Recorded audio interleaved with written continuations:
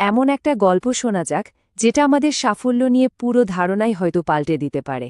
একটা সাধারণ সিদ্ধান্ত, কিন্তু তার পেছনের ভাবনাটা এতটাই গভীর যা এক ব্যক্তির জীবন দর্শনকেই নাড়িয়ে দিয়েছিল।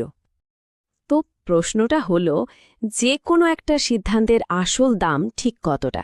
আমরা যখন কিছু একটা বেছে নিই তখন তার বিনিময়ে কি ছেড়ে দিচ্ছি, সেই হিসেবটা কি কখনো করি? এই গল্পটা আমাদের সেই গভীর ভাবনার দিকেই নিয়ে যাবে। গল্পের শুরু হচ্ছে এক কলেজের প্রিন্সিপালের অফিসে। ভাবুন একবার, চারিদিকে ফাইলপত্র, অফিসের রুটিন কাজ, মানে আর 10টা দিনের মতনই একটা সাধারণ দিন। কিন্তু এর মধ্যেই অপেক্ষা করছিল একটা অপ্রত্যাশিত মোড়। প্রিন্সিপাল নিজেই বলছেন, বেশ কিছুদিন ধরেই দেখছিলাম আমার টেবিলের এক কোণায় একটা হলুদ খাম পড়ে আছে। খুব সাধারণ একটা জিনিস, তাই না? কিন্তু ওই সাধারণ খামটাই ছিল একটা বড় ঝড়ের পূর্বাভাস। তো ওই খামের ভেতরে কি ছিল? ছিল একটা সমস্যার কথা। কলেজের এক ছাত্রী যে কিছুতেই কলেজের নিয়ম মানতে রাজি নয়। সে তার ধর্মীয় পোশাক মানে পর্দা পরেই ক্লাস করতে চায়। প্রিন্সিপালের কাছে এটা ছিল স্রেফ একটা প্রশাসনিক সমস্যা যা নিয়মকানুন দিয়ে মেটাতে হবে। কিন্তু এই প্রশাসনিক ঝামেলাটা খুব তাড়াতাড়ি একটা গভীর ব্যক্তিগত লড়াইয়ে পরিণত হল। এরপর যা ঘটল তা ছিল একেবারেই অন্যরকম। মেয়েটির সামনে অপশন ছিল মাত্র দুটো। হয় তাকে তার বিশ্বাস ছাড়তে হবে, নয়তো ছাড়তে হবে তার পড়াশোনা, তার কলেজ। কি কঠিন একটা পরিস্থিতি, ভাবা যায়? একদিকে পরিচয়, অন্যদিকে ভবিষ্যৎ। কিন্তু মেয়েটার উত্তরে কোনো দ্বিধা ছিল না, একদম স্পষ্ট কথা। সে বলল, আমার ধর্মই আমার পরিচয়।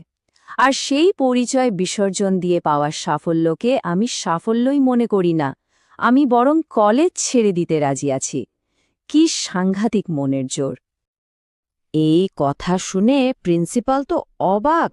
মেয়েটার এই দৃঢ়তা দেখে একদিকে যেমন মুগ্ধ হলেন, আবার অন্যদিকে তার জন্য মায়াও হল। তিনি ভাবলেন, কি বোকামিটাই না করছে মেয়েটা, নিজের ভবিষ্যৎ নষ্ট করছে, একটা সামান্য বিষয়ের জন্য এত বড় সুযোগ হাতছাড়া করছে। আর ঠিক এখানেই গল্পটা একটা অসাধারণ মোড় নেয়। যখন মেয়েটির বাবা কথা বলতে শুরু করলেন, তখন পুরো আলোচনাটাই যেন অন্য এক মাত্রায় চলে গেল। মেয়েটির বাবা খুব শান্তভাবে বলা শুরু করলেন, দেখুন, অর্থনীতিতে অপরচুনিটি কস্ট বলে একটা কনসেপ্ট আছে। প্রিন্সিপাল ভাবছিলেন, এর সাথে এই পরিস্থিতির কি সম্পর্ক? ব্যাপারটা খুব সহজ। অপরচুনিটি কস্ট মানে হল বড় কিছু পাওয়ার জন্য ছোট কিছু ছেড়ে দেয়া।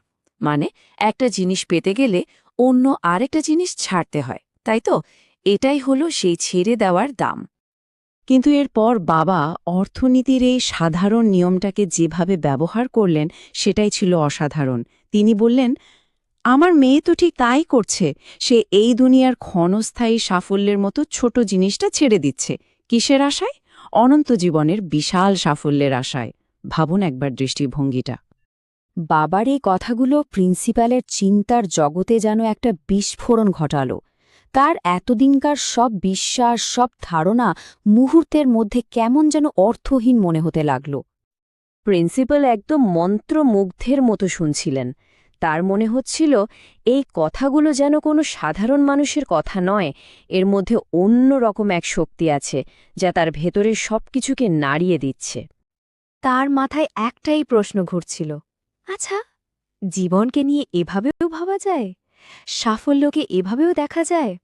পার্থিব লাভ ক্ষতির এত ঊর্ধ্বে উঠেও চিন্তা করা সম্ভব? প্রিন্সিপাল পরে বলছিলেন, ওই মানুষটার সাদামাটা কথার মধ্যে আমি এমন একটা গভীরতা, এমন একটা তৃপ্তি খুঁজে পেলাম যেটা আমি সারা জীবন ধরে খুঁজে এসেছি কিন্তু পাইনি। এটা ছিল তার জন্য এক বিরাট আবিষ্কার। এই ঘটনার পর থেকে প্রিন্সিপালের কাছে সাফল্যের সংজ্ঞাটাই যেন পুরোপুরি বদলে গেল। তিনি নিজের জীবন, নিজের অর্জন সবকিছুকে নতুন করে দেখতে শুরু করলেন। তিনি নিজের মনেই ভাবছিলেন, আচ্ছা, এই যুগেও কি এমন মানুষ আছে যারা জীবনের জটিল পথে হারিয়ে যায় না, যারা একটা আদর্শের জন্য দুনিয়ার সব আরাম, সব সুখ এক মুহূর্তের মধ্যে ছেড়ে দিতে পারে? আর তখন তার মনে একটা আফসোস জাগল।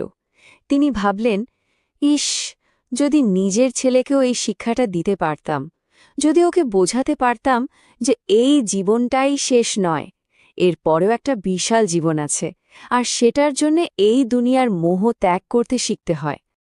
তাহলে গল্পটার শেষে প্রশ্নটা কিন্তু আমাদের সবার জন্যেই থাকল, সাফল্যের আসল দাম তাহলে কত? আমরা যেটাকে সাফল্য ভাবছি সেটাই কি আসল সাফল্য? এই উত্তরটা বোধহয় আর কেউ নয়, আমাদের নিজেকেই খুঁজে বের করতে হবে।